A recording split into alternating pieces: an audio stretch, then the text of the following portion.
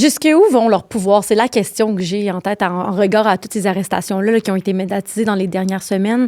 Est-ce qu'ils peuvent tout faire, ces agents-là? Alors, si on reste sur ICE spécifiquement, ils peuvent quasiment tout faire, a priori, dans le sens où ils peuvent arrêter toute personne vis-à-vis de laquelle ils ont un doute ou une suspicion raisonnable qu'elle soit en situation irrégulière aux États-Unis. Ils peuvent arrêter cette personne dans la rue, sur son lieu de travail, dans un restaurant. Ils peuvent aussi, pour se faire opérer à partir de leur doute raisonnable, qui peut être alimenté par un profilage racial. Il y a eu une décision à l'automne 2025 de la Cour suprême qui leur permet de se baser sur des facteurs physiques et linguistiques pour intercepter des personnes, ce qui a donné lieu à quelques bavures où des citoyens américains, mais peut-être d'origine latino-américaine ou d'origine des Premières Nations, par exemple, ont été abusivement arrêtés. ICE peut aussi, dans le cadre de ces opérations-là,